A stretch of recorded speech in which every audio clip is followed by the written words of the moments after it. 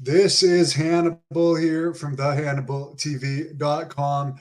I've been doing some WCW house show reviews over this past week, and a bunch of people wanted me to do a review of this very little known WCW Toronto Skydome show in 1993. This Skydome show, where there's zero pictures or video of, despite being one of their biggest shows of 1993. And for the Canadian fans that watched the WCW Power Hour, we heard tons about this before it happened, but there was no information.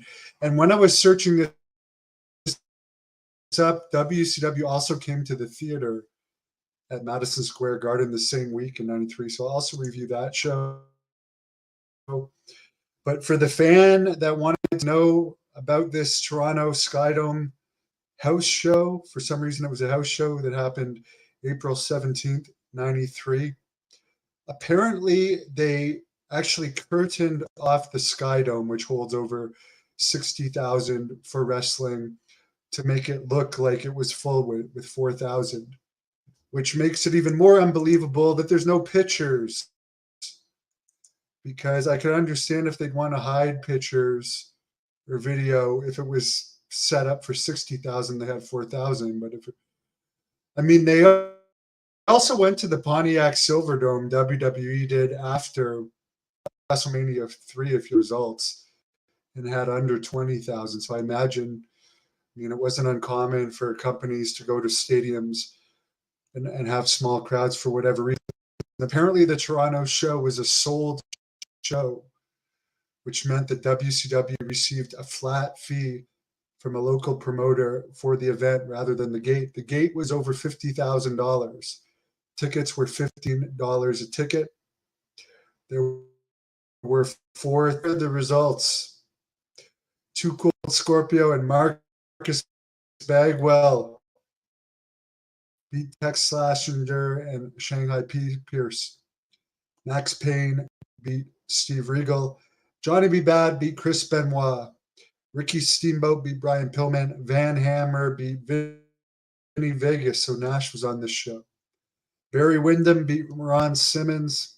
Sting beat Vader by DQ. Dustin Rhodes and Cactus Jack beat Paul Orndorff and Rick Rude in the main event.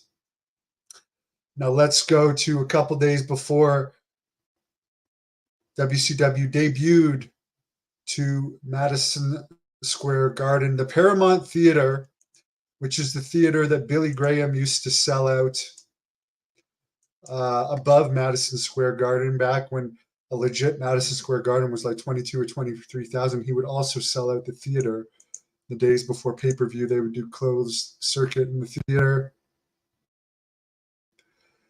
Apparently, the show had a bad start because Ric Flair had flight issues and could not do the show. So there was a lot of "we want Flair" chants and "we want a refund" chant throughout the show. Apparently, there was a weird stopping of a Ron Simmons versus Chris Benoit match as well. The show was not sold out. The building holds 3,500. They had 2,900 in there. $47,000 house, which was good for WCW at the time, but bad for the New York market.